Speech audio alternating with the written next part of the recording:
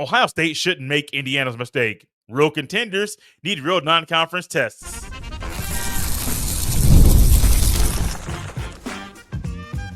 You are Locked On Buckeyes, your daily podcast on the Ohio State Buckeyes. Part of the Locked On Podcast Network, your team every day. Welcome in, Buckeye fans, to your Hump Day edition of Locked On Buckeyes, which is your daily Ohio State podcast, part of Locked On Podcast Network, your team every day. I'm your host, Jay Stevens, veteran sports talk host, delivering passionate coverage about your Buckeyes. And today's episode is brought to you by FanDuel. Right now, new customers can get $150 in bonus bets when your first $5 bet wins. During today's show, we will discuss 5 home-and-home series Ohio State should schedule, as well as how the Buckeyes should go about building a tough schedule. But first, there is a trend going around the country where power conference teams are canceling non-conference games against other power conference teams, and Indiana is one of the latest teams to fall into that trap, as the Hoosiers canceled a home-and-home series against Virginia. Previously, they canceled a home-and-home series against Louisville. And as we know, moving forward, the playoff committee is going to be heavily using strength of schedule to try to fill out the playoff field in any given year. And the Buckeyes can learn from the Hoosiers. The Buckeyes can not make this same mistake that Indiana just made. Don't cancel the games against Texas, Georgia, Alabama, or even Boston College, because those early season tests can help you figure out what you're made of early. It can help you fix things early in the year. So down the road, in the latter part of the season, you're a well-oiled machine. It's very easy to look out there and say, well, there are other teams out there that are playing weak non-conference games where they're not playing any power conference teams. They might try to focus regionally in their state or just in the surrounding states around where the school is to fill in the 3 or maybe 4 non-conference games a team may play in a given year. And for Ohio State, it's one thing for them to not make this mistake, but they had a chance recently to play Washington in a non-conference game because the Huskies and the Buckeyes had a home-and-home series scheduled. Washington joined the Big Ten. The Buckeyes did not want to play Washington in the non-conference slate. Well, they're already in your schedule, and that game that was previously scheduled could have still been a non-conference game against a conference opponent. They elected to say, no, let's play somebody else. And to me, that was a miss. That was a big old swing and miss because Ohio State needed that test. Yes, I know Washington is not on Ohio State's level. Okay, that's great. Cool, I get it. But also, that's better than playing Youngstown State. That's better than playing the Ohio Bobcats. That's even better than playing Cincinnati. That's a team that you want to play. Now, Cincinnati isn't a Big 12. It's a power conference school, but Washington is better. Washington has better talent, has better coaches. They are more on the level of what Ohio State is needing to play in a given year. You need to make that happen. And you know, if you are a team that's trying to have a soft non-conference slate, that soft schedule is going to hurt you. Because if you're a real contender like Ohio State, and I'm on the record, I'll say it here, I've said it other places as well, I don't believe in Indiana this year. I don't at all. I know that Indiana is a topic at the open of this show because of a mistake they made that Ohio State should not make. Cool. Buckeyes are a real contender. The Hoosiers are not. I have never seen the Hoosiers have back-to-back really good seasons. I don't think this is the year that's actually going to happen. If it does, great. I could be wrong. That's fine. But I'm not all in on the Hoosiers. I am all in on the Buckeyes, making sure the schedule is the best it can be. And if you look at Ohio State's non-conference slate over the next few years, it looks a whole lot better than maybe it could. You can look at it and say, well, there are still some holes to be filled in. That's true, but those will be filled in very, very soon. The big-time non-conference games Ohio State is playing from 2025 to 2036 that are already scheduled. 2025 and 2026, the Buckeyes will be playing Texas. 25 is in Columbus. The 26th game is in Austin. 2027, the Buckeyes are playing Alabama. 28, they go to Tuscaloosa. 29, no big-time non-conference game. It's Navy, Charlotte, and Youngstown State, a slate I'm not a fan of. In 2030, they're at Georgia. 2031, Georgia comes to Columbus. 2035, Boston College comes to Ohio State. And then 2036, the Buckeyes go to the northeastern portion of the country. I like what you have so far because when you have Texas a couple years, after that you have Alabama for a couple years, The 2039 year is kind of odd. I really wish Ohio State would remove Youngstown State. I know it's the home state school. It's at the FCS level. I get it. That does not benefit you as a team. It literally hurts your strength of schedule. It literally hurts your schedule in general because you may have a first year starting quarterback. Okay, cool. Hell, let him get his feet wet. But what's going to help you early in the year? A big time test. What helped Kyle McCord in 2023? Playing Notre Dame on the road in Notre Dame Stadium. You don't get those reps. You don't get those valuable snaps if you're playing teams like Navy, Charlotte, and Youngstown State. 2030 is at Georgia. 2031, it's in Columbus, but the Bulldogs come to town. I am here for all of this 100% of the time, except for the 2039 thing. I really hope in 2030 the Buckeyes don't play a FCS school, play a G5 or even a lower level power conference team. I would be all for that. My hope moving forward is that Ohio State and Ryan Day keep these games. So I know there is a fear by some that Ohio State will not play Texas next year, or they'll try to get out of playing Alabama for a couple years or Georgia for a couple years. Because, well, if we can just pad our schedule early in the year and play a weak non-conference slate, it's going to help us get into the playoff because we're going to have a better record and strength of record matters. Okay, great. I get all those things, but that doesn't help the Buckeyes be the best team they can be. Let's look back at Ohio State just simply in Ryan Day's time, where early season tests really help you build confidence in your team, or they help you make changes when you need to make them. 2021. I don't mean to bring in a sad moment in your life as a Buckeye fan, but we need to.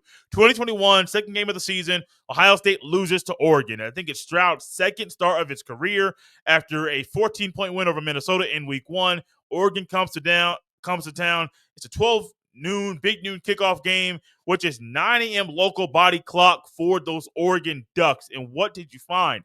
Oregon came in, had a better game plan, executed at a higher level than Ohio State. Oregon walked out of the shoe with the win. But what happened after that? There were some coaching moves. There was a demotion. There was a promotion that really wasn't made super public. I don't remember Ryan Day coming out behind the podium and saying, we have a new defensive coordinator. Kerry Coombs is going here. I don't remember that actually happening, but we all knew the person that called plays in week 2 against Oregon in that loss wasn't the person calling plays games 3 and beyond in that year.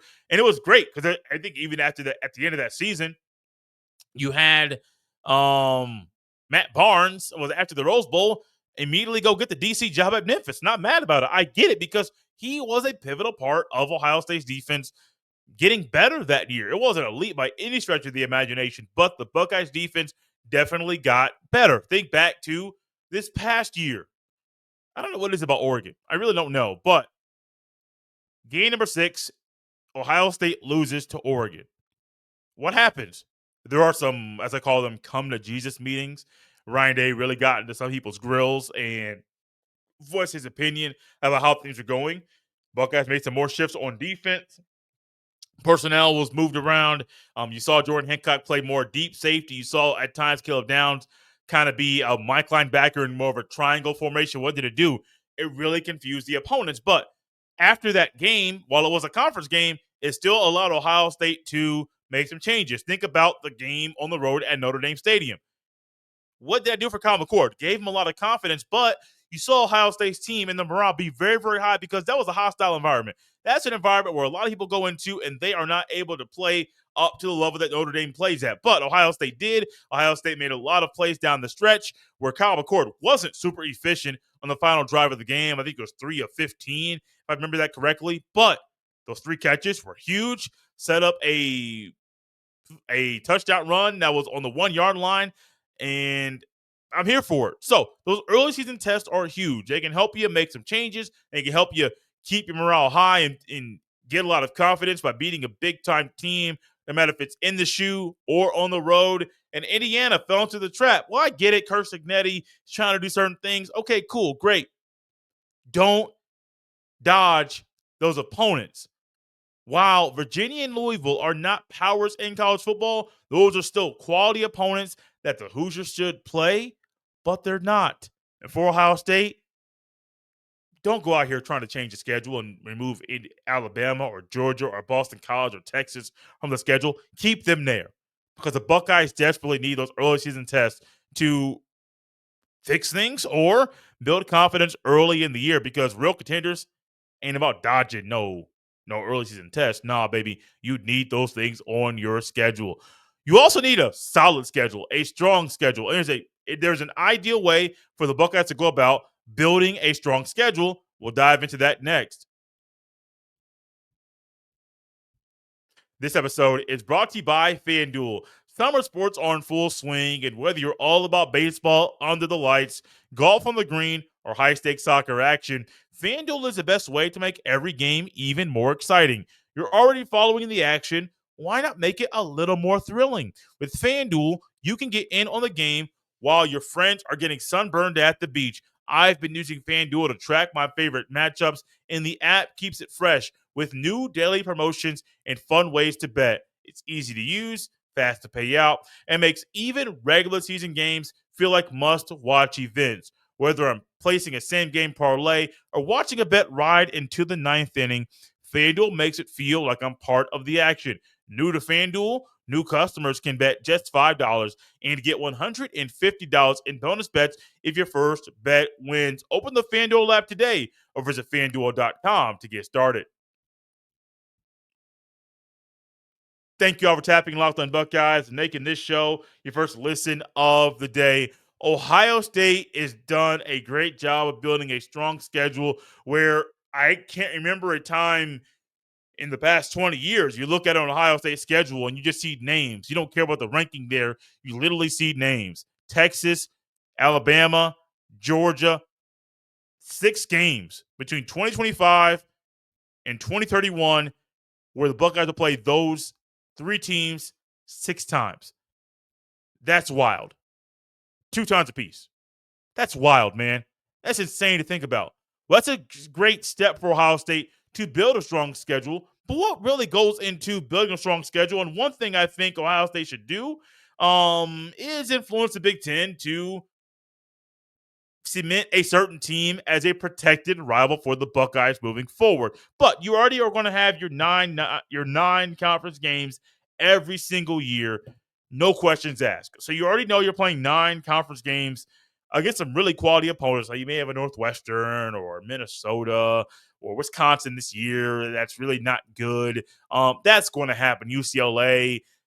That's going to happen. You have teams that are in your conference that just aren't good. That's going to happen no matter what. Especially with Ohio State keeping their talent at an all-time high, you're going to roll out into certain games, no matter if it's at home or on the road. You're like, yeah, you're a conference opponent, but you're really not that good. So that's going to happen. But those 9 games are going to be physical. It's going to be a mental grind. It's going to be a physical grind. There's going to be a lot of stuff going on in those games that are going to maybe test your manhood and test your mental fortitude. It's going to do a lot of things for you. The other 3 games are your non-conference games. And while I don't see Ohio State scheduling or starting a rivalry with with teams that are in surrounding states that are in power conferences, the Buckeyes need to play power conference teams. I can get by. This isn't what I would hope to happen. I can get by with Ohio State playing G5 schools. While I don't like it and I compare it to the NBA where you don't see the NBA teams, you don't see teams in the NBA playing G League teams. You don't. Why should Ohio State play a school that's not in a power conference? I mean, even at the power conference level, there's levels to it. But when you go from power conference to group of 5 or a group of 6, now with Pac-12 being a thing starting in 2026, once again, why in the world should I want to stoop to a G5 or G6 level when clearly those teams are not up to the caliber of Ohio State? And that's how maybe it's not a fair comparison to go power conference to group conference level. Definitely don't want to go the FCS. But if you want to play 2 group of 5 or group of 6 schools, great. I can get on board with that. But you should always have one power conference team on the board. Now, down the road, I don't know how soon this is going to happen. Whenever the Buckeyes and other power conference teams get under a governing body and you can get unified scheduling, I think Ohio State should play only power conference teams. Only. Every single year. Now, I'm not saying it to play in Alabama, a Georgia, and a Texas in a particular year. I'm not saying that, no. But I do think you should get away from playing. Definitely don't play at an FCS school. I don't care about Youngstown State is saying, oh, they need to check. One, it's a bad business move, a horrible business decision. But for the structure of that athletic department, they need that $1 million or however much Ohio State pays them to come to the shoe to get the break speed off of them. No, that should never happen. And I've actually never been a fan of Ohio State specifically playing teams like Youngstown State or even Grambling State when I know, to me, when Grambling State comes to the shoe, halftime is game time because the game's literally going to be over in the first quarter because Ohio State should be up 28-0 because they have that much talent. The coaching is that superior. They have the speed, they have the strength, they have the size. I mean, they have all of the stuff that's needed to blow the game wide open early in the first quarter. So really, if it's 21-0, 28-0, like, game's over. We're going to watch the thing from start to finish. We're going to rejoice with every touchdown, every point that is scored. We're going to do that. But when Grambling State comes to town, halftime, it's game time. A&T, I've been waiting for a chance to do that right here on the show for quite a long time. It's a line from Drumline, a movie that I watched religiously growing up. My mom was one to tape with the VCR movies ever played on TV. We would get the TV guide out and open that thing up, look and see, oh, okay, on this day, this movie's being played. My mom would literally go into the TV guide, cut out the part on the TV guide that talks about that movie that we're trying to record. She would get some Scotch tape that on the front of the VCR, of the VHS tape, so that you knew what movie that was recorded on that. Now, you got commercials and all that jazz, but we know how to fast forward. We know how to rewind, and over and over and over and over again. That VHS tape my mom used with the VCR to record a movie on the television. Drumline was one of those movies, man, and I was looking forward to that, saying that line, but I'm also looking forward to Grambling State coming to the shoe. No, Grambling State's not going to win. Absolutely not. The game should be over so quick, you might fall asleep in the second quarter because the game is so out of hand. And that's why Ohio State shouldn't play those schools. I mean, I'm really I'm more looking forward to potentially seeing the band play at halftime than the actual game. How do you think Alabama or schools in the SEC or ACC view them playing FCS schools every single year? They don't care. They don't care at all. So why put it on your schedule? It's an easy win.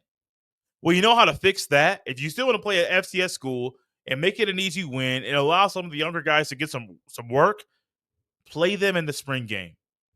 I wasn't really planning on bringing this up today, but it was a thought that I had as I was putting my notes together about building a TIF schedule. It's a non-conference slate. There's 3 non-conference games, 2 quality group of 6 schools, not just 2 cupcakes, 2 quality group of 6 schools. Get your power conference team, let that thing ride. Whenever the Buckeyes and other schools are under a governing body and you get unified scheduling, you should only schedule power conference teams. Only. The reason why I'm not saying it now that it definitely needs to happen because I know it's not going to. That's the only reason. But if I knew it could, only play power conference teams. Only. But I think unified scheduling would be huge for Ohio State, Alabama, Kentucky, Tennessee, USC, Arizona State. Getting unified schedules is going to really provide more of a better picture about who the best team is in the sport in the regular season, not in the postseason. Because think about it.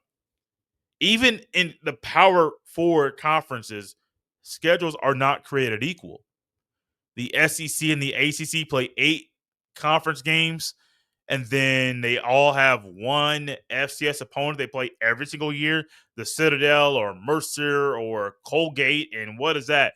It's a 50-0 win for the Power Conference team because it's a no contest. You're scheduling them on purpose. You're putting them in certain places on purpose to help pad the schedule.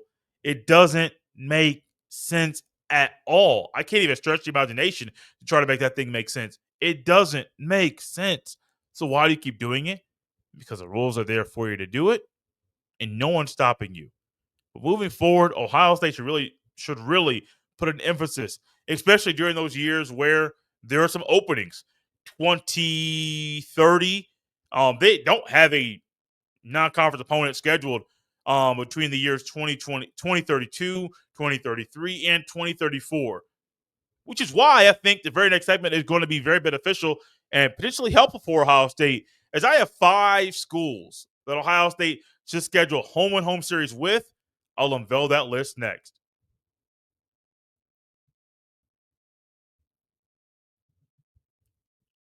Thank y'all for tapping Locked on Buckeyes and making this show your first listen of the day. Ohio State is one of the best schools that, no, I can't say one of. Ohio State is the best program in the country. Let's just get out the way. They have a history and a track record of success. They have numerous guys that have won the Heisman Trophy. The only player to win the Heisman Trophy twice is Archie Griffin, former Ohio State running back. And while all that is true, and this program is storied, one thing that is flawed about Ohio State recently is, well, not recently, but in the past, was having weak non-conference schedules. And I started thinking, as their non-conference slate was kind of weak, what would make it better? Oh, I got it. Oh, so I have to piggyback to something I forgot to mention earlier in the show. I'll do that towards the end of this show, though. But one thing that'll make Ohio State's schedule better is scheduling a tough non-conference opponent every single year. I mean, one of them brands. Now, Boston College is not one of them brands, but it's a well-respected football program that when you come to the shoe, you know it's going to be a tough team, a gritty team, and a team that's going to grind it out all the way through until the final whistle is blown. Building a tough non-conference schedule is difficult. There's a reason why you get contracts that are signed 5 to 8 to 10 years in advance, because you want to get on there as quickly as you can, because if you don't, you might not be able to make that thing happen. Well, there is something I wish Ohio State would do, and that is schedule tough non-conference games. And I got 5 schools that I believe Ohio State should schedule a home and home series with. There are a few honorable mention. I'll go over those very, very quickly. BYU, Utah, Oklahoma State, and Clemson. The only reason I didn't mention Clemson is because Clemson has a 10-year home and home series schedule with Notre Dame. And I think, out of respect for that, as I think Clemson would be at the top of this list in general, I'm not going to put Clemson on the list because of that deal they just inked. So if they did not have that deal already set in stone, I would put Clemson at the top of this list, but they're not. The honorable mention, once again, Clemson, Oklahoma State, BYU, and Utah. Here are the 5 schools that I believe Ohio State should schedule home and home series with, and they'll make a whole lot of sense when we get down to it. In no particular order: Ole Miss, West Virginia, LSU, Florida, and Florida State. I was very close to putting Miami on this list, but something about Miami, and I'm not a big fan of the Hard Rock Stadium. I was like, not really. I am more of a sucker and a guy that just really enjoyed the old Orange Bowl, but they didn't really take care of it, and it got kind of old, and they said, let's kick that thing to the dirt, to the ground. And that's exactly what happened, and the Orange Bowl is no longer being used. If the Orange Bowl was still being used, and Miami was better. I mean, they're getting better. Don't get me wrong, they're getting better, but I just can't do it right now. But I think all 5 of these schools pose a specific threat, and one that could help Ohio State in recruiting. All 5 of them. Ole Miss being one. Ole Miss down there in the South. Ole Miss is one of the SEC teams that I quietly root for. Not quietly in a bad way. It's just I don't really root for SEC teams, but a team that has a wild, wild fan base. I mean, you talk about a program and a school. Well, Ohio State's the same way, but they get down there on Wednesday to tailgate for a Saturday game. I mean, the atmosphere, the traditions down south. I mean, the SEC is a big reason why I'm a fan of college football. The SEC on CBS was a marquee appointment television viewing window for myself, because I wanted to see who was Alabama playing, who was LSU playing, who was Ole Miss playing. I remember Ole Miss, Alabama. Was it 2014? 2014 to 2015. One of those years, Katy Perry was on the game day set. She was a guest speaker. And I remember it was down there at Ole Miss. Ole Miss won that game. And that was such a memorable game to watch. Because I was sitting there cheering like I was an Ole Miss fan. I'm not an Ole Miss fan. I don't ride for them like I do Ohio State. But Ole Miss is going to test you. Fans are going to travel very, very well. It's going to be a very, very, very, very loud environment for a stadium that seats maybe 55,000 people. I think it makes sense. West Virginia, right there by Ohio. You can't go very far at all without. So it's a border. West Virginia is one of those programs. It's not a college football power, but it's a well-respected program. And I think the close proximity between Ohio and West Virginia, and as they are constantly recruiting a lot of the same players, that's one of the recruiting things, just like the Ole Miss one. If you can go down there to Mississippi and beat Ole Miss, that's a recruiting win for you, as well as a win on your record for that season. If you can beat West Virginia, that's a win. It's also a recruiting win. The next three are also recruiting wins. Are also down there in the South. LSU, Florida, and Florida State. LSU, I still want revenge. Me personally, this is a personal gripe I have with the Tigers. I got a gripe because they beat Ohio State in the BCS National Championship game, and I have never gotten over it because LSU was a better team. I'm not going to try to say they were not, but that game annoyed me. It really, really annoyed me.